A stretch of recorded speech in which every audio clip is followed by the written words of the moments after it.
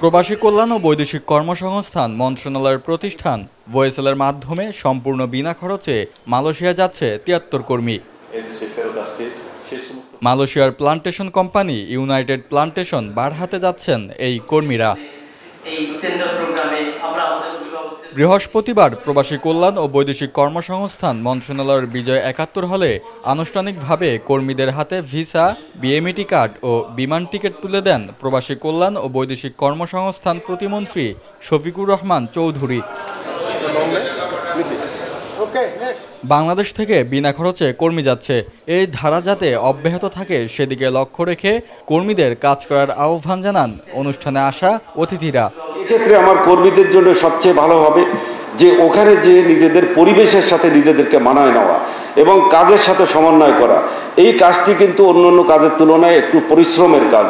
এই জন্য শরীরকে আগে ঠিক রাখতে হবে, মনকে ঠিক রাখতে হবে, তারপর কাজের প্রতি নিবেদিত হতে হবে।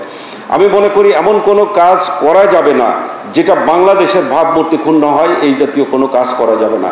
আপনারা যাচ্ছেন 3 বছরের জন্য, ওখানে আপনারা সারা জীবন থাকবেন না এবং ল্যাভিশলি অথবা খুব বিলাসবহুল জীবনযাপন করার জন্য আপনি যাচ্ছেন না। ওখানে আপনি যাচ্ছেন একটা আশা নিয়ে, উদ্দেশ্য নিয়ে, স্বপ্ন নিয়ে যে 3 বছর যাবেন, ইনকাম করবেন, দেশে ফেরত আসবেন এবং দেশে বাকি জীবনে আপনি সেই ইনকামের অর্থ দিয়ে ভালো মতো চলার মতো ব্যবস্থা করার চেষ্টা করবেন। বিদেশে যারা আপনারা যাচ্ছেন ওখানে ভালো অবস্থান তৈরি করতে পারলে দেশের মাটিতে যাদের স্ত্রী বা বাবা, ভাই, বোন ব্যবসা বাণিজ্য করতে সক্ষম, বিভিন্ন প্রকার ফার্ম করতে সক্ষম, গবাদি পশুপালন করতে সক্ষম, এগ্রিকালচারাল ডেভেলপমেন্ট করার সম্পর্কে সক্ষম, তাদের জন্য বঙ্গবন্ধু অভিবাসন বৃহৎ পরিবার ঋণ একটা স্কিম আছে। আমরা এই দেশে তাদের জন্য বিনিয়োগের সুযোগ করা আছে, আমরা সেটা করতে পারবো।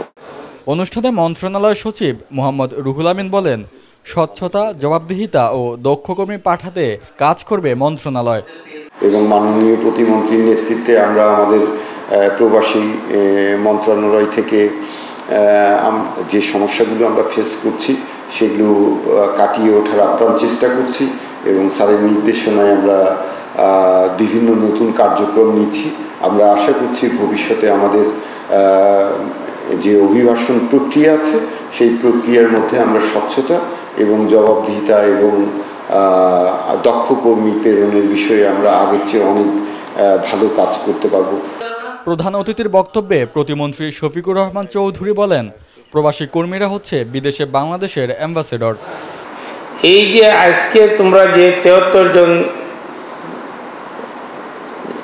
কর্মী যাইতেছ বিদেশ মালয়েশিয়া, আমি মনে করি যে তোমরা আমাদের দেশের অ্যাম্বাসেডর। তোমাদের কার্যকলাপের মাধ্যমে বাংলাদেশের ভাবমূর্তি নির্ভর করে। তোমরা যদি ভালোভাবে চলো, সুন্দরভাবে চলো, তাহলে দেশের ভাবমূর্তি উজ্জ্বল হবে, আমাদের মন্ত্রণালয়ের ভাবমূর্তি উজ্জ্বল হবে, ওয়েসেলের ভাবমূর্তি উজ্জ্বল হবে। মালয়েশিয়া ইস্যুতে প্রতিমন্ত্রী সাংবাদিকদের জানান, মালয়েশিয়ার শ্রমবাজার বন্ধ হবে না, আবারও কোটা পেতে মালয়েশিয়ার সাথে যোগাযোগ করছে সরকার। আমরা ৩১ তারিখের ভিতরেই আমাদের কর্মী বাহিনী প্রেরণ করার ব্যাপারে আমরা সচেষ্ট আছি এবং আমরা দিক নির্দেশনা দিয়েছি।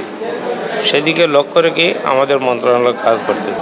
আবার খুলবে, আবার খোলার জন্য আমরা কাজ করতেছি, আমাদের মন্ত্রণালয় কাজ করতেছে, আমাদের সরকার প্রধান কাজ করতেছেন। আমরা মালয়েশিয়ার সাথে যোগাযোগ করতেছি, মালয়েশিয়ার গভর্নমেন্টের সাথে যোগাযোগ হচ্ছে এবং ইনশাল্লাহ বন্ধ হবে না, খোলা হবে এবং খোলা থাকবে। ২০২২ সালের অক্টোবর থেকে সম্পূর্ণ বিনা খরচে ওয়েসেলের মাধ্যমে মালয়েশিয়ায় কর্মী পাঠানো শুরু হয়। এখন পর্যন্ত মোট ১৩০৮ জন কর্মী পাঠিয়েছে ওয়েসেল। রাকিব হাওলাদার, প্রবাস বার্তা, ঢাকা।